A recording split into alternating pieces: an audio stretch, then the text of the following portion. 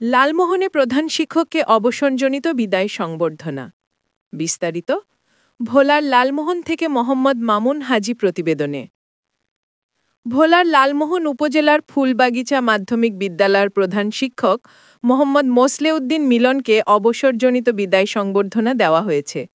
বুধবার সকালে ৩৮ বছরের চাকরি জীবনের শেষ কর্মদিবসে বিদ্যালয়ের পক্ষ থেকে বর্ণাঢ্য আয়োজনে তাকে এই সংবর্ধনা দেওয়া হয়।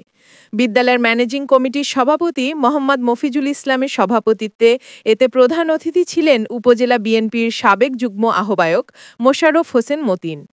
ফুলবাগিচা মাধ্যমিক বিদ্যালয়ের সহকারী প্রধান শিক্ষক মোহাম্মদ নজরুল ইসলামের সঞ্চালনায় এ সময় সরকারি আব্দুল জব্বার কলেজের প্রভাষক আজিজুল ইসলাম, লালমোহন ইউনিয়ন বিএনপির সাধারণ সম্পাদক ইঞ্জিনিয়ার মোহাম্মদ সাখাওয়াত হোসেন শাহীন সহ বিভিন্ন বিদ্যালয়ের প্রধান শিক্ষক, রাজনৈতিক দলের নেতৃবৃন্দ এবং ফুলবাগিচা মাধ্যমিক বিদ্যালয়ের শিক্ষক শিক্ষিকারা উপস্থিত ছিলেন।